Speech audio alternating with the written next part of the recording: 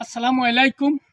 আমি একটা বাগেরহাট একটা জঙ্গলের কাছে আমি আছি। এই যে জায়গা বসে রইছি এইটে একটা মাচা করে উঁচু। এই উঁচু করা কারণ হচ্ছে এই পিছনে নদী দেখাতিছে, এই নদীটি কুমির আছে। বাঘ যে কোনো সময় হামলা টামলা করতে পারে। তারপর বানর আছে, অনেক জঙ্গলে অনেক কিছু আছে। তার সেভ করার জন্য এই সমস্ত উঁচু জায়গা করে রাখে মানুষ বসে, শোয়, দাঁড়ায় হেফাজত করার জন্য। এটা বাস্তব নিয়ম, কারণ জঙ্গলে মেলা ধরনের প্রাণী, মেলা ঝুঁকি আছে। এইটা কলাম বাস্তব একটা কথা।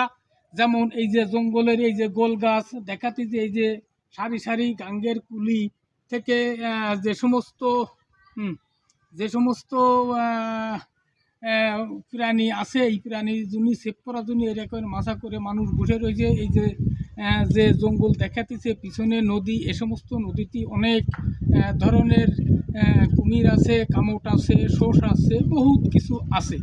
জিনিসটা দেখালাম, বুঝালাম। কিছু মানুষ যদি আসে জঙ্গলে কেউ ঘুরতে, খুব সাবধানতার সাথে মানুষের চলা হচ্ছে উচিত। কথাটা বুঝতে হবে, রাগ হওয়া যাবে না। আল্লাহ হাফেজ।